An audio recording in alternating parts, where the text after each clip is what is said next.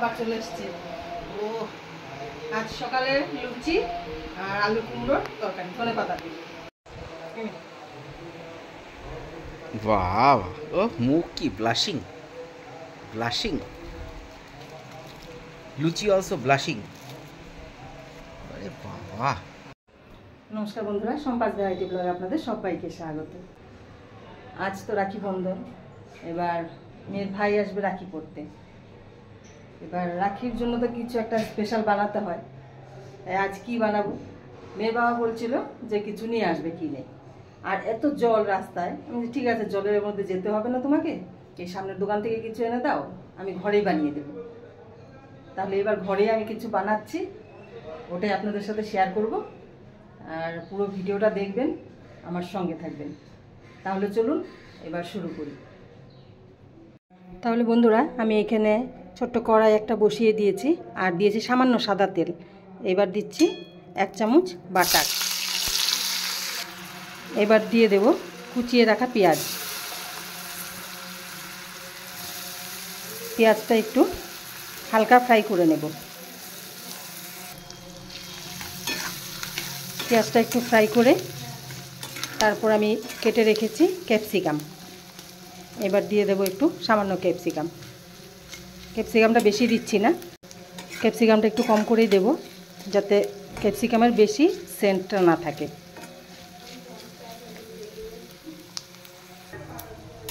পেঁয়াজ হালকা ফ্রাই হয়ে গেছে, এবার আমি দিয়ে দেব ক্যাপসিকামগুলো।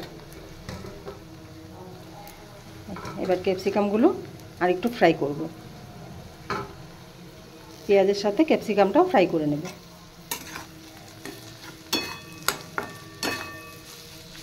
এবার সামান্য একটু নুন দিয়ে দেব।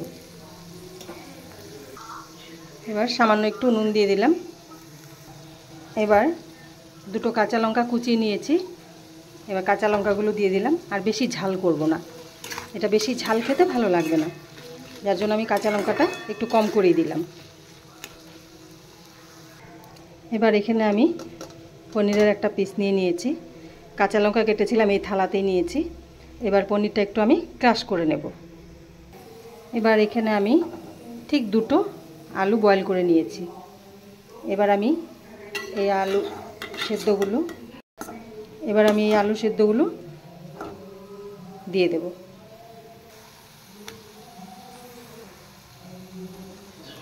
বয়েল করে রাখা আলুগুলো দিয়ে দিলাম।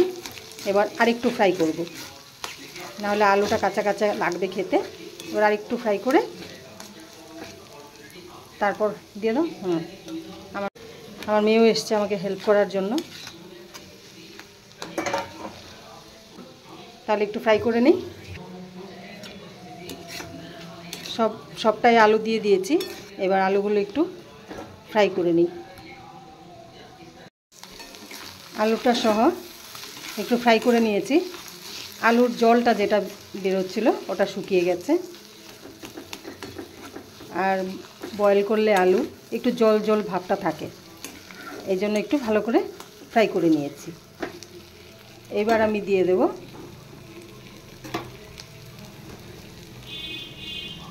ঘষে রাখা পনির।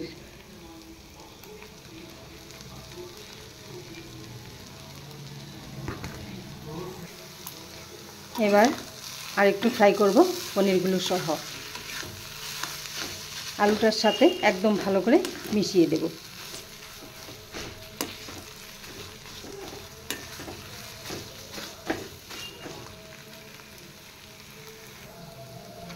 এবার দিয়ে দেব সামান্য একটু টমেটো সস। বেশি দেব না, একটু করেই দিলাম। এবার পুরোটা ভালো করে মিশিয়ে নেব।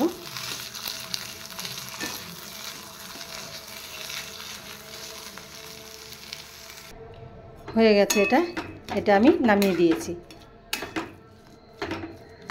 এবার এদিকে আমি 2 পিস পাউরুটি সেঁকে নিচ্ছি। পাউরুটি সেঁকে নিয়েছি।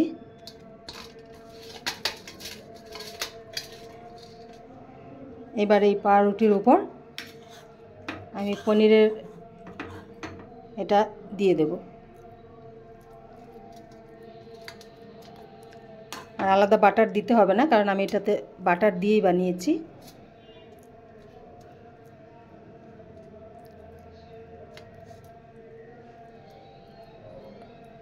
এটা পুরো সুন্দর করে একদম ভরিয়ে দেব।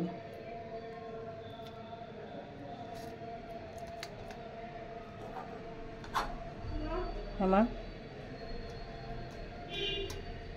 পুরোটা ভরিয়ে দিয়েছি। এবার আমি এখানে এই চিজের কিউব নিয়ে এসেছি। এবার একটু চিজ এখানে আমি ঘষে দিয়ে দেব। চিজটা ঘষে দিয়ে দিয়েছি। আর ঘষাটা দেখাতে পারিনি, কারণ আমি এক হাতে মোবাইল ধরে ধরে ভিডিওটা করছি। এবার আমি এই পাউরুটিটা দিয়ে উপরে এবার আমি পিস করে নেব। এবার পিস হয়ে গেছে, তাহলে রেডি পনির চিজ স্যান্ডউইচ। এই দেখুন।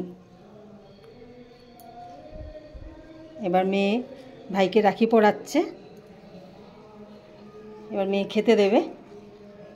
আজ এই রেসিপিটা রাখির স্পেশাল বানিয়ে আপনাদের সামনে তুলে ধরলাম। তাহলে কেমন লাগলো আজকের এই পনির চিজ স্যান্ডউইচ অবশ্যই কমেন্ট করে জানাবেন।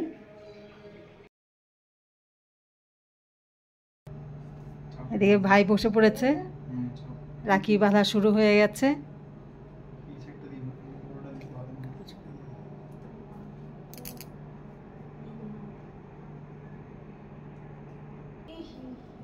হয়েছে? মিষ্টি খাওয়ালে সুগার হবে।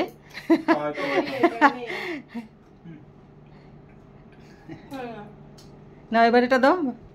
এটা আমি বানিয়েছি, দেখ তোর জন্য। একটু জল খেয়ে তারপরে খা। বল কেমন হয়েছে, আন্টির বানানো এটা ভালো হয়েছে কিনা।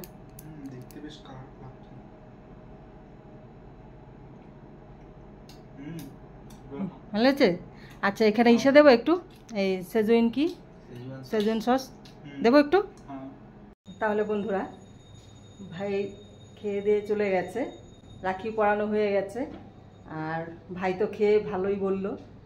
আর পুরো রেসিপিটা আপনারা দেখেছেন, কেমন লাগলো অবশ্যই কমেন্ট করে জানাবেন। তাহলে আমরা এখন আর খাচ্ছি না, আমরা খাবো একেবারে সন্ধ্যের সময় কফির সাথে। তাহলে আজকের ভিডিও এখানে শেষ করছি। দেখা হচ্ছে নেক্সট আরেকটি ভিডিওতে। ততক্ষণের জন্য আপনারা ভালো থাকবেন, সুস্থ থাকবেন। টাটা। এখন সন্ধে হয়ে গেছে, এবার আমরা আমাদের জন্য বানিয়ে নিয়েছি সুন্দর করে, একদম সাজিয়ে নিয়ে এসেছি। এবার আমরাও একটু খেয়ে টেস্ট করব।